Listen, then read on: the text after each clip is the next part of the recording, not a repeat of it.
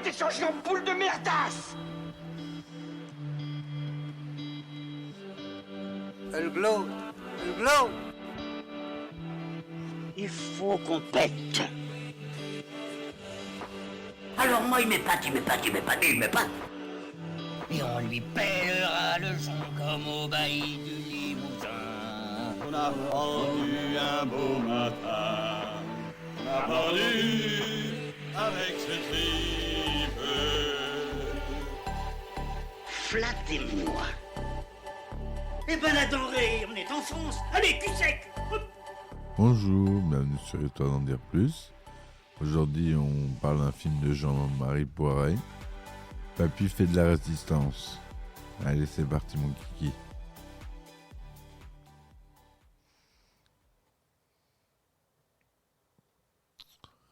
Alors, Papy fait de la résistance, c'est un film français réalisé par Jean-Marie Poiret, sorti en 1983, adapté d'une pièce de théâtre écrite par Martin Lamotte et Christian Clavier.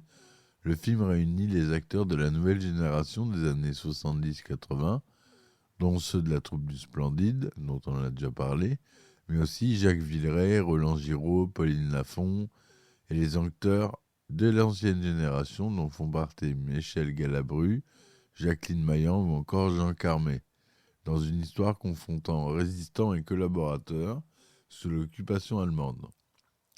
Très sévèrement critiqué par la presse française à sa sortie, Papy fait de la résistance est un succès avec 4 millions d'entrées. Il devient au fil des années un film culte en France. Le film est dédié à la mémoire de Louis de Funès qui devait y tenir le rôle du papy ou du demi-frère d'Hitler, mais qui mourut au début du projet. Michel Galabru hérita alors du rôle de papy et Jacques Villeray celui du demi-frère d'Hitler. L'action du film se situe en France pendant la Seconde Guerre mondiale. Elena Bourdelle, dite Le Bourdelle, est une célèbre cantatrice française d'avant-guerre. Elle est l'épouse du maestro André Bourdelle. Ce dernier, engagé dans la résistance française, est tué accidentellement à l'explosion d'une grenade. À la suite de la défaite des armées françaises, la famille Bourdelle, qui est aussi composée du père d'André Bourdelle, surnommé Papy, voit son luxueux hôtel particulier parisien investi par les forces allemandes, leur domicile devenant la résidence du général allemand Hermann Spons, transféré du front de l'Est. Alors qu'elle se plaint à la commandanture des excès commis par l'arrivée des Allemands chez eux, Madame Bourdelle, accompagnée de ses 2 filles et leur locataire, Michel Topin, aide par hasard un soldat britannique à s'évader et sont ensuite obligés de le cacher chez eux. La famille qui doit faire face à l'ancien concierge de l'opéra, Adolfo Ramirez, devenu agent de la Gestapo, est mieux considérée par leur occupant, le général Spons, qui se liera avec Bernadette Bourdelle, l'une des filles d'Elena, mais il ignore que Guy Hubert, le fils de la famille, coiffeur efféminé et apparemment poltron, est en fait l'insaisissable justicier français, connu sous le nom de super résistant, recherché par les troupes allemandes. Quant à Michel Topin, amoureux malheureux de Bernadette Bourdelle, et qui au départ avait des vues sur Colette, l'autre fille d'Elena, il montre une insistante volonté de rejoindre la résistance, ce qui l'entraîne dans bien des péripéties. Emprisonné après l'épisode de la commandanture, il rencontre un résistant, Félix Frémontel, qui se confie à lui, se croyant sur le point d'être fusillé, mais les deux sont finalement libérés par super résistant et Félix se voit encombré d'un pot de colle en la personne de Topin. Ramirez découvre que Guy Hubert est en fait super résistant et patron de Félix, mais Spons ne le croit pas. Bien qu'elle ait juré de ne plus chanter tant qu'il y aurait un Allemand en France, Elena Bourdelle se voit contrainte par le général Spons de participer à la réception donnée en l'honneur du demi-frère d'Adolf Hitler, le maréchal Ludwig von Appelfussel, qui arrive à Paris. À cette occasion, la résistance confie à Michel Topin le soin de dissimuler une bombe qui devrait exploser lors de la réception tenue dans un château près de Paris. Mais l'opération échoue et les Bourdelle et Topin sont sur le point d'être arrêtés, mais sont sauvés par l'arrivée de super résistants qui capturent von Affenstrudel et tous les généraux allemands à l'aide de ces hommes et de Papy. Alors que le récit semble s'achever, l'histoire se révèle être un film dans le film et laisse la place à un débat télévisé contemporain, parodie des dossiers d'écran, destiné à aborder la période de l'occupation et à faire le point sur la réalité des événements dépeints dans le film, qui était diffusé avant cette émission. L'émission de débat réunit alors certains protagonistes du film qui sont maintenant âgés, Bernadette Bourdelle et son mari le général Spons, son frère Guy Hubert, Michel Topin, devenu ministre des Anciens Combattants, et Adolfo Ramirez Jr., le fils de Ramirez venu de Bolivie pour défendre les mémoires de son père défunt. Mais très vite, le débat tourne à la foire d'empoigne lorsque Adolfo Ramirez Jr., diffamant et insultant les autres protagonistes de l'histoire, se fait passer à tabac sur le plateau de l'émission, obligeant l'animateur Alain Jérôme à rendre précipitamment l'antenne en catastrophe. Voilà. Donc à la réalisation, on a Jean-Marie Poiret, à la seconde équipe, c'est Pierre Cissé. Au scénario, on a Christian Clavier, Martin Lamotte, Jean-Marie Poiret, d'après la pièce de théâtre de Christian Clavier et Martin Lamotte. À la production, on a Christian Fechner et la société de production Les Films Christian Fechner. À la musique, on a Jean Musy. C'est un format couleur Agfa Gewert, assez rare, de 35e. Son mono 35 mm Fujifilm, filmé en Panavision. Le son, il est en mono. Ah, je l'ai déjà dit. Budget 30 millions de francs, c'est environ 10 millions d'euros en 2021. Il fait une durée de 102 minutes et il est sorti en France le 26 octobre 1983. Christian Clavier joue Michel Topin, professeur de latin, volontaire à la Résistance. Michel Galabru, Jean-Robert Bourdelle, dit Papy, père d'André Bourdelle. Roland Giraud, le général Hermann Spons, officier de la Wehrmacht, occupant le château des Bourdelles. Gérard Jugnot, Adolfo Ramirez, collaborateur et agent de la Gestapo française, et son fils, Adolfo Ramirez Jr., vivant en Bolivie. Martin Lamotte, Guy Hubert Bourdelle, alias super résistant, fils d'André et d'Hélène Bourdelle, coiffeur stagiaire qui fait semblant de collaborer avec les Allemands. Dominique Lavanant qui joue Bernadette Bourdelle, fille aînée d'André et d'Héléna Bourdelle, violoncelliste. Jacqueline Maillan, Héléna Bourdelle, dite Mamina, épouse d'André Bourdelle, célèbre cantatrice. Jacques Villeray, le maréchal Rechenminister Ludwig von Appenstrudel, demi-frère d'Hitler. Jacques François joue Jacques Frémontal, alias Félix, le résistant. Michel Blanc qui joue le père Leboeuf, qui gère le ravitaillement en armes des résistants. On a Bernard Giraudot qui joue un résistant arrêté. Thierry Lhermitte, un colonel SS. Jean-Yann, Roger Carrel, Bruno Monio. Bon, des têtes connues. Gilles Détroit. Un aspect intéressant de la distribution est que l'équipe de tournage voulait que tous les rôles, même les plus secondaires, fussent joués par des acteurs connus. Le coût d'une telle distribution est tyrannement invoqué dans le slogan publicitaire trouvé au moment de sortie en salle, le film qui a coûté plus cher que le débarquement. Après plusieurs idées de pièces de théâtre inabouties, Christian Clavier de la troupe du Splendide, alors dispersée, et Martin Lamotte, figure du café-théâtre parisien, écrivent une pièce sur la résistance. Papy fait de la résistance, jouée au théâtre du Splendide Saint-Martin du 6 novembre 1981 au 29 mai 1982, puis prolongée du 7 août 82 au 1er juin 83. À l'inverse d'Amour, Coquillage et Crustacés, qui deviendra Les Bronzés et Le Père Noël est une ordure, Papy fait de la résistance n'est pas à considérer comme une pièce de la troupe historique du Splendide, car seulement écrite par Clavier et Lamotte. La pièce est un succès commercial. Au vu du succès et du sujet, l'idée de l'adaptation au cinéma émerge rapidement. Après avoir tourné le film Le Père Noël est une ordure, Christian Clavier reprend le réalisateur Jean-Marie Poiret pour ce nouveau projet. Christian Fechner, producteur de large succès, se montre intéressé par l'adaptation, désirant réaliser un grand spectacle comique. Clavier impose à Fechner que le film ait suffisamment de moyens pour un film historique. Je ne sais que je ne vaux pas le haut de l'affiche d'un film à grand spectacle, mais comme je pense que vous avez envie d'acheter notre pièce, moi je ne veux pas la vendre pour en faire un petit film. Ou ça vous intéresse dans ces conditions, où on va faire affaire, et où vous me dites non, on garde la pièce et on écrit autre chose. Clavier et Lamotte n'étant pas encore d'un grand potentiel commercial, Fechner réclame la présence d'un grand nom en haut de l'affiche suffisamment populaire. Il s'accorde sur Louis de Funès, dont Christian Fechner a produit 4 films, Les Loups de la Cuisse en 1976, La Zizanie en 1978, L'Avare en 1980 et La Soupe aux choux en 1981, auquel il est très attaché. Fechner tient justement à ce que sa vedette tourne avec la jeune génération. Depuis Les Loups de la Cuisse avec Coluche, Louis de Funès assiste à une représentation de la pièce 3 semaines avant sa mort et l'apprécie.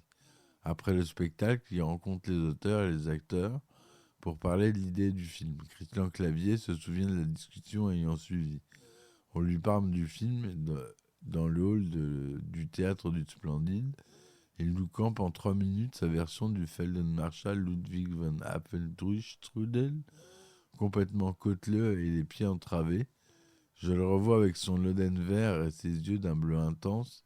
J'étais fasciné. Bienveillant vers le travail de cette génération, Louis de Funès donne son accord de principe pour participer à Papy fait de la résistance, mais demande à ce que son rôle soit réduit afin de ne pas fatiguer son cœur. Christian Clavier, Martin Lamotte et Jean-Marie Poiret commencent alors leur travail de rédaction sur le scénario, notamment sur le rôle à confier à la tête d'affiche, avec la présence de l'acteur au succès dans la distribution. Fechner octroie au film un budget estimé à 30 millions de francs. Dès que Fechner a eu l'accord de principe de Louis de Funès, on a commencé à trouver des idées pour lui. On parlait sans arrêt de ce qu'on allait faire pour Louis et on évoquait des idées. Jean-Marie Poiret. Louis de Funès meurt le 27 janvier 1983. À ce stade, son rôle n'était pas encore fixé. Jean-Marie Poiret expliquant qu'il est mort alors que nous étions à l'élaboration des personnages. Il n'y avait pas de ligne de dialogue écrite. Les scénaristes envisageaient pour lui le rôle de Papy seulement évoqué dans la pièce, ou celui de Ludwig von Apfelstrudel, le demi-frère d'Hitler, mais aussi le rôle d'un vieux poilu très anti-allemand vivant sur la propriété de la famille Bourdelle, dans une cabane au fond du jardin, ou que Papy, fâché avec sa famille, dormirait dans la cabane du jardin. Les témoignages des 3 scénaristes divergent donc sur leur envie pour l'acteur. Papy fait de la résistance est dédié à Louis de Funès, dont l'accord a lancé le projet. Poiret soutient que s'il n'avait pas accepté de le faire, on n'aurait pas commencé à écrire. Distribution des rôles. On s'est vite orienté vers un multistar cast comme Le Jour le plus long, dit Jean-Marie Poiret. Pour pallier à la disparition de Louis de Funès et attirer les spectateurs en salle, Christian Fechner suggère de distribuer chaque rôle à des acteurs connus pour former ainsi une distribution All Stars, telle que Le Jour le plus long en 1962 ou Paris-Brûle-t-il en 1966. En plus des seconds rôles, les scénaristes écrivent de nombreux petits rôles pour y caser des vedettes. Dans l'esprit d'un mélange de générations, comme l'était prévu la rencontre avec De Funès, et car la troupe du Splendide n'était pas encore assez grand potentiel commercial, les jeunes acteurs doivent côtoyer leurs aînés, célébrités confirmées du théâtre et du cinéma. Mais leur engagement se fait difficile. Plusieurs grands noms se refusent des seconds rôles, bien trop habitués à tenir la tête d'affiche. Jean-Marie Poiret explique que tous les acteurs ont dit non. Le Splendide n'était pas assez chic. Un film choral pose des problèmes d'ego. Si on a Meryl Streep qui accepte un petit rôle, vous allez voir tout le monde. Mais si vous commencez par les petits rôles, vous n'aurez personne. Ainsi, entre autres, Bernard Blier et Robert Hirsch refusent le rôle de Papy, de même que Michel Serrault, celle du général Spons ou du maréchal Apfelstrudel, car ils ne veulent pas changer, je n'ai pas changé. Certaines célébrités, amies entre elles, se passent d'ailleurs le mot pour ne pas participer au film jugé accablant. Pour le rôle d'Helena Bourdelle, Christian Fechner souhaite engager la populaire Annie Girardot tant que Jean-Marie Poiret en tête Delphine Seyrig. Le réalisateur juge qu'il ne voit pas la première dans le rôle de la cantatrice. Seyrig, elle, savait jouer les snobs avec une drôlerie grotesque. Revoyez les films de Buñuel, elle casse tout. Girardot, elle, peut jouer des rôles de chauffeur de taxi, de pharmacienne ou de médecin à son top, mais pas Maria Callas, femme la plus chic de la planète. On va pas demander à Jacques François de jouer un ouvrier. De toute façon, à Blier, Girardot refuse le film, qu'elle juge lamentable et déshonorant. Durant 6 mois, les seconds rôles importants ne parviennent pas à être distribués. Un rôle est proposé à Fechner à Jerry Lewis, de passage à Paris. Jean-Marie Poiret se souvient que tout s'est débloqué lorsque Jacques Villeray a accepté de jouer le rôle du maréchal allemand. Pour le rôle de Bourdelle, Jacqueline Maillan en réclame un cachet mirobolant, ce à quoi s'oppose Fechner dans un premier temps. Le producteur est également réticent à distribuer le rôle titre à Michel Galabru. Finalement, la distribution aligne les comédiens bien installés, Jacqueline Maillan, Michel Galabru, Jean Carmé, Julien Guillemard, Jacques François, Jean-Yann, Jean-Roger Carrel, Jean-Claude Brialy, et la nouvelle génération, Jacques Villeray, Pauline Lafont, la troupe du Splendide et des comédiens gravitant autour comme Martin Lamotte, Roland Giraud ou Dominique Lavanant, ainsi que Bernard Giraudot, star montante dans le rôle le plus court du film. Quasiment toute la troupe du Splendide, Christian Clavier, Michel Blanc, Josiane Balasco, Gérard Jugnot, Thierry Lhermitte et Bruno Monio est réunie. Seule Marianne Chazelle, qui avait joué dans la pièce, est absente en raison de sa grossesse. Clavier, Lamotte, Jugnot et Giraud retrouvent les rôles qu'ils interprétaient dans la pièce.